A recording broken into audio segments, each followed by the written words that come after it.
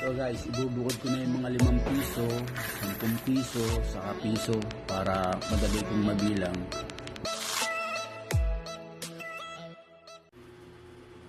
Hello guys! Ako Lito, si Galocoins TV. Alam mo na ba? Dapat alam mo.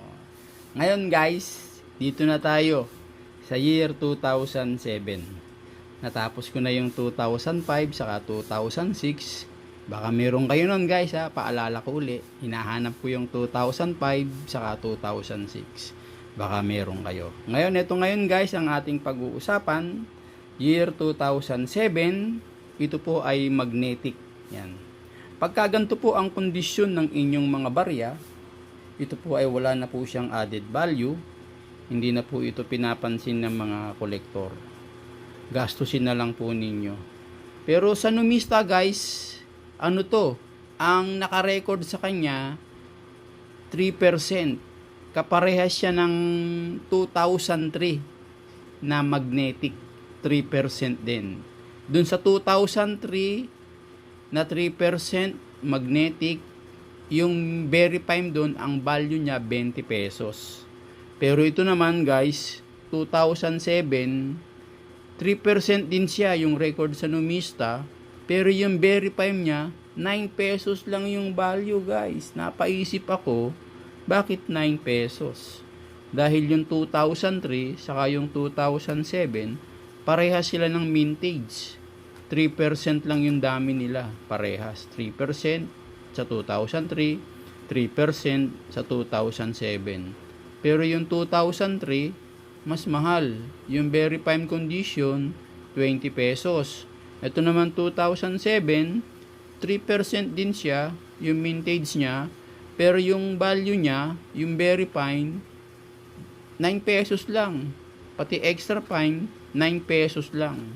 Pagpatak doon sa UNC, saka sa AU, walang nakalagay kung magkano. Ibig sabihin guys, bahala na si seller kung magkano niya ibebenta yung mga ganong klaseng barya. Yung ganito guys, wala itong value ha. Hindi ito pinapansin ng mga kolektor. Sinabi ko lang sa inyo yung pinagkaparehas ng 2003. 2003 saka 2007 parehas ng mintage. Pero pagdating sa value, hindi sila parehas ng value. Yung isa 20 pesos, yung isa 9 pesos. Yung ganito guys, ito. Ayan, 2007 to guys. Ito. Pag meron kayong ganito guys, ito, bibilin sa inyo to ng mga kolektor. Ayan. Medyo maganda yung condition pa niya, tinago ko siya. Ibig sabihin, ang value nito, pagka very fine, saka extra fine, 9 pesos guys.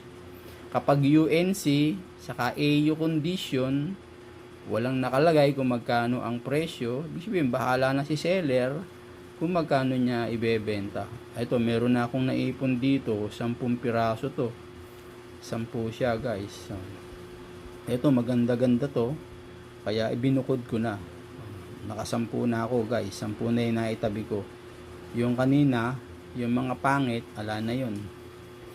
Wala na siyang value. Hindi ko na yun maibebenta. Hindi ko naman yung pwedeng linisin, mahahalata pag nilinis. Tapos wala ring value. Pero kung personal nyo lang guys, halimbawa personal lang ninyo, meron kayong ganitong mga barya, ayan, ganitong barya, sa tingin nyo pwede pang linisin yung iba, gusto nyo magbuo, linisin nyo, kasi personal nyo lang diba? Halimbawa gusto nyo magbuo, magbubuo din ako, lilinisin ko na lang para gumanda. Pwede yun guys. Kaya lang, huwag nyong ibebenta. Pag binenta nyo, mababa lang ang value nun. Kasi nga, nilinis na ninyo. Yung kasi yung ganitong barya, 2007, wala naman itong value. Kasi nga, sa pangit ng kondisyon ng barya, hindi na ito pinapansin. Pero yung mga ganitong barya, ito, may value pa to. Kahit papano, pwede pa tong isama sa frame. Didikit mo siya sa frame, gagawa ka ng series, 1995 hanggang 2017. Ito guys, ang mintage ito guys, 3%. Kagaya ng 2003, 3%. Yan guys. Kaya lang yung 2003, ang value niya, yung very prime, 20 pesos. Tapos ito naman, 2007, yung verify niya, 9 pesos lang. Hindi yata parehas Pero bahala na si seller kung magkano niya ibebenta yung kanyang coins. Yung pagka ang kondisyon ni AU o kaya UNC. Bahala na si seller kung magkano niya ibebenta. Tapos bahala naman si buyer kung magkano niya tatawaran. Okay guys!